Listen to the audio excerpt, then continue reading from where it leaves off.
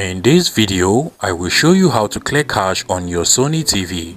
Now, over here I have the Sony Bravia Google TV, but it doesn't matter the type of Sony TV you have, whether you have the Sony Bravia Android TV or the old Sony Bravia TV. By the end of this video, this simple tutorial should be able to guide you to clear cache on any Sony TV you have.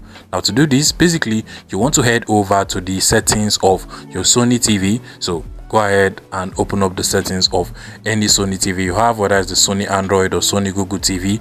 Now go ahead and look for the apps menu from the settings of the TV. You can literally see mine. Click on it, then scroll down and click on see all apps. Now from here you should be able to see all of the apps on your Sony TV. Now what you just want to do is to go ahead and select the particular app you want to clear cache for. Take for instance the Netflix app over here.